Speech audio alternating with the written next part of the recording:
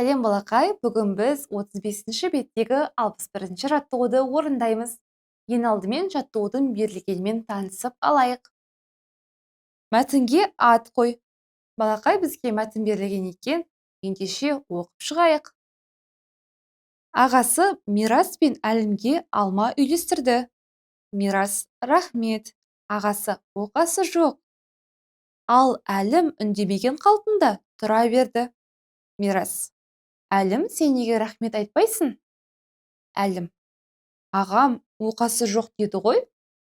Балақай, біздің шағын мәтініміз не жайлы жазылған екен? Дұрыс айтасың. Ағасының екі інісіне алма үйлестіріп беруінен басталыпты. Мирас ағасына алманы алғаннан кейін бірден рахмет деген, ал ағасы болса оған оқасы жоқ депті.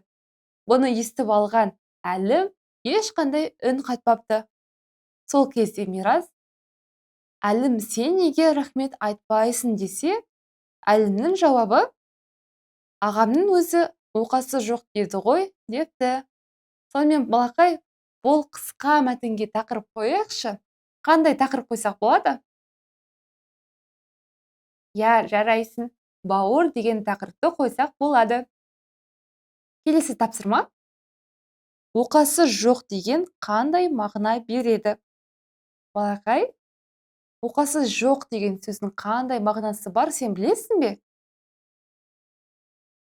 Дұрыс айтасың. Рахмет айтқаннан кейін айтылатын сөз, яғни әуре болмау деген мағынаны білдіреді. Келесі тапсырма. Әлімнің айтқанына келісесің бе? Келіспесең, өз пікіріңді төмендегі сөздермен баста және аяқта. Балақай, Әлімнің жасағаны дұрыс па? Келісесің бе? Ендеше, төменде тұрған сөздермен ойымызды әрі қарай жалғастырайық. Кешіріңіздер, мен Әліммен келіспеймін. Өйткені, әрі қарай жалғастыршы. Дұрыс айтасың. Ағасынан алманы алғаннан кейін алғыс айту қажет еді. Ал ол болса, оқасы жоқ деген сөздің мағынасын түсінбей, үн қатпады.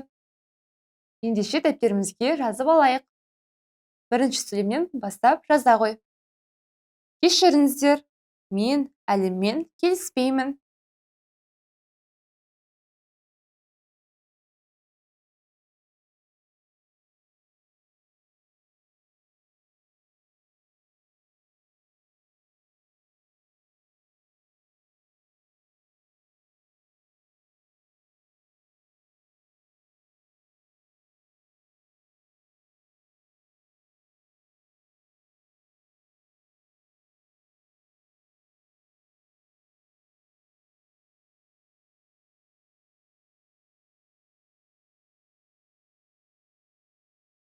Жазғанымызды оқып шығайық.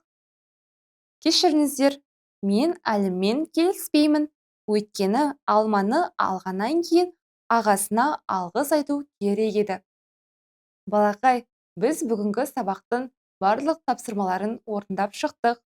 Бүгінгі сабақта өткендей, сен әрқашанда алғыс айтуды ұмытпа.